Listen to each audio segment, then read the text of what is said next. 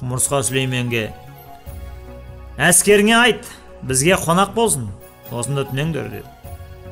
Сүлеймен: «Әй құмырсқа, бізді қалай күтесің?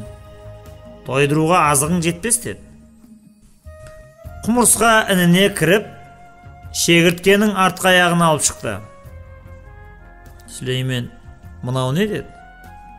«Саған және әскеріңе тамақ.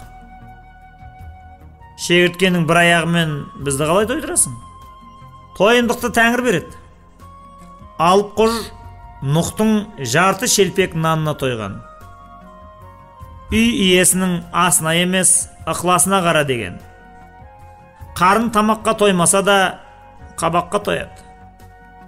Берген асының қуаты кешке дейін жетпейді, бірақ көрсеткен ықыласы мәңгі бақи естен кетпейді» деген, деді құмырсқа. Сүлеймен де, әскері де шегірткенің артқы аяғына тойып қалды.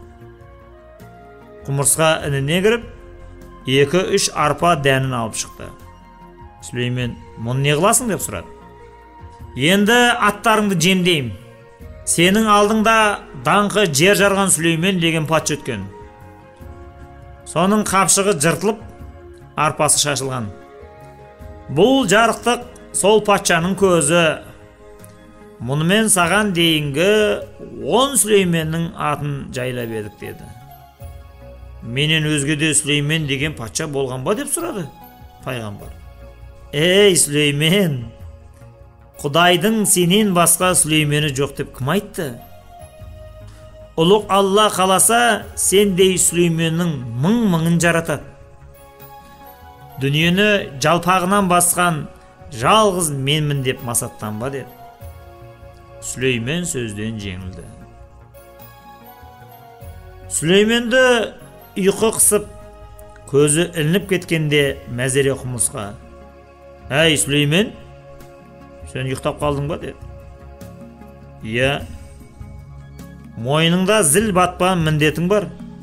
Қалайша алаңсыз ұйықтайсың? Мен де бір елдің патшасымын. Бүкіл жұртымның тағдыры мен тіршілігі мені уайымсыз отырғызбайды. Елімнің қам қарекетін түгендемей, төсекте тыныш жата алмаймын. Қол астындағы халықтың ауру сырқауы болса, сауығуына жағдай жасаймын.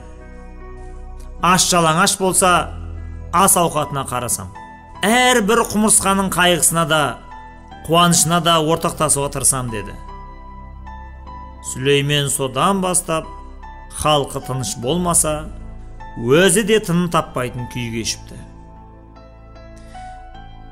Ертеңіне Сүлеймен жолға шығайын деп жатқанда Мәзере құмырсқа: «Сүлеймен, бір қолқам бар» деді.